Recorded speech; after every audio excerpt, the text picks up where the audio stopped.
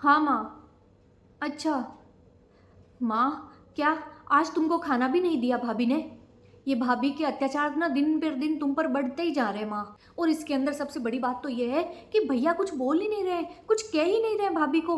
वो इतना गलत कर रही है तुम्हारे साथ में। मेरी बात सुनो माँ, तुम रो मत। ऐसा करो, तुम किचन में जाके पहले तो कुछ बना के खा लो। मैं भैया से बात करती हूँ आज। ऐसे कैसे वो तुम्हारे साथ इतना बुरा व्यवहार कर सकते हैं? तुम्हें 2 वक्त का खाना भी नहीं दे रहे वो लोग। मैं आज ही भैया से बात करूंगी, ठीक है? हाँ। अरे सुनो माँ, मैं तुमसे बाद में बात करती हूँ। हाँ हाँ। वो बाबूजी से बात हुई थी, वो आ रहे हैं यहाँ पे। बाबूजी आ रहे? क्यों? अरे मैंने ही बुलाया उनको। पर यहाँ पर किस लिए बुलाया? अब वो बूढ़े हो गए हैं और गांव में अकेले रह नहीं सकते, तो मैंने उनको बोला कि यहाँ आ जाओ, हमारे साथ ही रहो। यहाँ पर? हाँ, क्या दिक्कत है? दिक्कत ही दिक्कत है। अरे तुम्हारे बाबूजी कितने पुराने ख्यालों के हैं। उनके आने के बाद तो मैं ना तो ये ऐसे कपड़े पहन पाऊंगी, ना मैं बाहर घूम पाऊंगी, ना मैं अपने फ्रेंड से मिल पाऊंगी।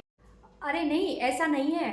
मुझे सब पता है कैसा है और कैसा नहीं है जो। नहीं नहीं, तुम्हारे बाबूजी यहाँ नहीं आ सकते। यहाँ नहीं आ सकते? तो मैं उन्हें कहाँ भेजूंगा अब? मुझे नहीं पता कहाँ भेजना है, तुम देख लो अपने आप। यहाँ नहीं आएंगे बस। तुम भी तो सोचो, बाबूजी 90 साल के हो गए हैं, ना उनको ढंग से दिखता है, ना उनके हाथ पैर काम करते हैं। ऐसी हालत में मैं उनको कहाँ भेजूंगा? उन्हें जरूरत है अब हमारी। वृद्धाश्रम भेज दो ना। क्या? देखो, इतना बुरा मानने की और इतना चौंकने की जरूरत नहीं है। वहां पर वैसे भी बहुत सारे लोग रहते हैं और सब उनके बराबर की उम्र वाले होंगे ना, तो उनका मन भी लगा रहेगा वहाँ। अब यहाँ घर पे तो देखो, बच्चे स्कूल चले जाएंगे, तुम ऑफिस चले जाओगे और मैं भी अपने फ्रेंड्स के चले जाऊंगी, तो बाबूजी दिन भर बैठे बैठे बोर हो जाएंगे। पर वृद्धाश्रम? और हम वैसे मिलने के लिए जाते रहेंगे ना, मैं ये थोड़ी कह रही हूँ अपन हर 2-4 दिन के अंदर उनसे मिलने के लिए जाते रहेंगे, और कभी कभी महीने में उनको यहाँ भी ले आएंगे 1-2 दिन के लिए। पर फिर भी देखो, बाबूजी यहाँ तो नहीं रह सकते। तुम जानते हो, बाबूजी के आने से प्राइवेसी सारी खत्म हो जाएगी। अब मैं ऐसे नहीं रहना। प्लीज तुम बाबूजी से बात करो और उनको वृद्धाश्रम में भेज दो। ठीक है, मैं फोन करके बाबूजी को बता देता हूँ। हाँ हाँ, बताओ। अगर बाबूजी यहाँ आ जाते तो मेरा तो जीना ही मुश्किल हो जाता। पूरी जिंदगी उनकी सेवा में ही निकल जाती, और फिर मैं अपनी जिंदगी कब जीती। अच्छा हुआ बला टली, मुसीबत छूटी। ओफो, ये माँ बार बार फोन कर रही है। ये तो भैया ने भी ना ऐसा मौन व्रत धारण कर रखा है अपनी बीवी के आगे। सुनो। हाँ, मैंने बता दिया बाबूजी को। कुछ कहा तो नहीं उन्होंने? नहीं, बस बोले कि बेटा जैसे तुम्हें सही लगे कर दो। हाँ, मैंने कहा था ना, वो खुद वहां पर ज्यादा खुश रहेंगे। दीदी का फोन आ रहा है। तुम्हारी बहन का? उसका फोन किस लिए आ रहा है?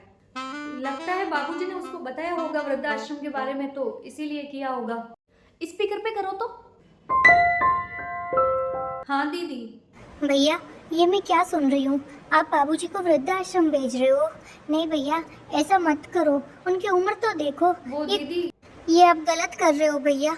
सुनो ननद रानी, अरे पर आप ना अपने घर की पंचायत देखो, यहाँ पर हमारे घर की पंचायती मत करो।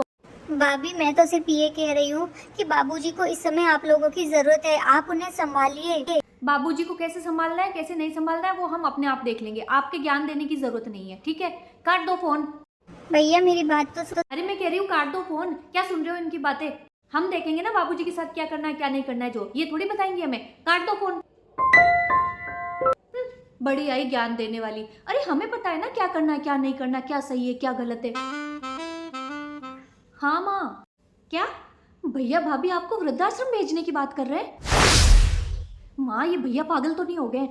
इनका दिमाग तो नहीं घूम गया है? माँ, तुम मानो या मत मानो, मुझे तो लगता है भाभी ने कुछ घोल के पिला दिया है भैया को। वो भाभी जैसा जैसा कहती है वैसा वैसा ही करते जा रहे हैं। उनको तो कुछ समझ में ही नहीं आ रहा है। तुमने अपनी पूरी जिंदगी लगा दी भैया को बड़ा आदमी बनाने में, और आज जब वो बड़े बन गए तो तुम्हें वृद्धाश्रम भेजते हैं। माँ तुम रुको, मैं बात करती हूँ भैया से। तुम 1 मिनट फोन रखो, है ना? हाँ, मैं बात करती हूँ। हाँ। अरे क्या कर रही हो तुम? अरे क्या क्या कर रही हूँ, भैया से बात कर रही हूँ। अरे रुको, मेरी मानो तो बात मत करो। क्यों? क्यों क्या? मैं नहीं चाहता कि तुम्हारी बेइज्जती हो। बेइज्जती? इसमें कैसी बेइज्जती? वो मेरी माँ को वृद्धाश्रम भेज रहे हैं, अगर मैं नहीं बोलूंगी तो दूसरा कौन बोलेगा? वैसे ही जैसे तुमने मेरी बहन को कहा था। देखो, तुम्हारा भाई भी तुम्हारी माँ के साथ वही करने जा रहा है जो मैं अपने बाप के साथ करने जा रहा हूँ। और यही सब कुछ सुन के जब मेरी बहन ने फोन करके मुझे समझाना चाहा, तो तुमने उसकी बेइज्जती कर दी।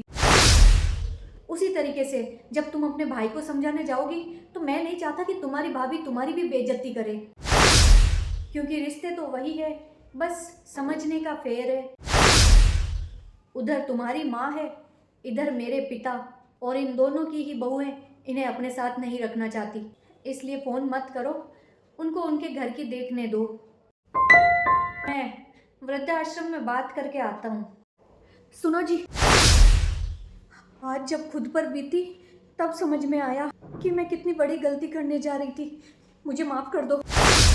बाबूजी को वृद्धाश्रम नहीं, यहाँ ले आओ, घर पे।